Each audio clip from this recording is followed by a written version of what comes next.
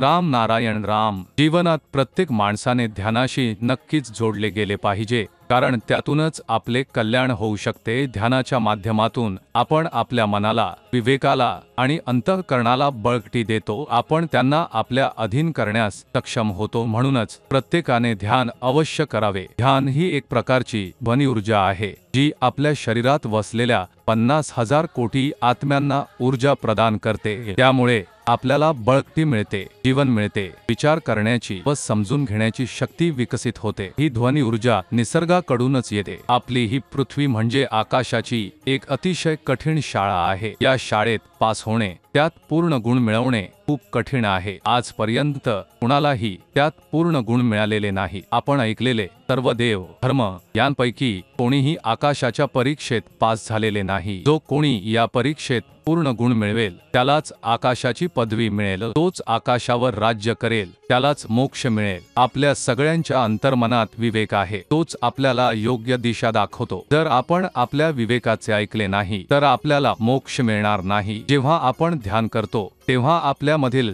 50,000 कोटी आत्म्यांचे केंद्र एका ठिकाणी एकवटते आणि आपल्याला ऊर्जा देते। आपण फक्त आपल्या मनात ही गोष्ट घट्ट बसवली पाहिजे। आपल्याला कुठल्याही परिस्थितीत ध्यान करायचेच आहे। ध्यानाने तुमच्या अनेक चिंता, अडचणी, मनाची गोंधळलेली अवस्था, संकोच सर्व काही दूर होत जाते। जेव्हा तुम्ही ध्यानाच्या स्थितीत जाता तेव्हा शांतपणे एका जागी बसून राम नारायण राम या नामाचा जप करत राहा आणि मन लावून ध्यान करा।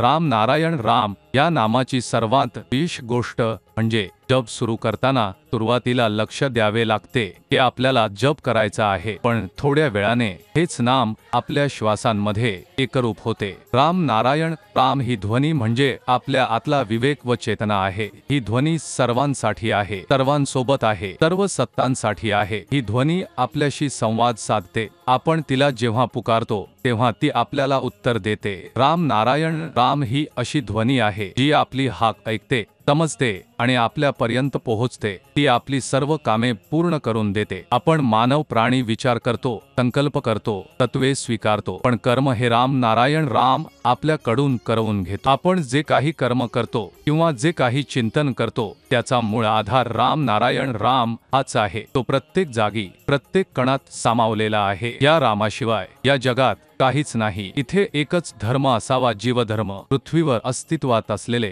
सर्व धर्म हे माणसांनी बनवलेले आहे, ते सत्य नाही। आपण फक्त निसर्गाच्या नियमांनाच मानले पाहिजे, तेच सर्व काही आहे। राम नारायण राम।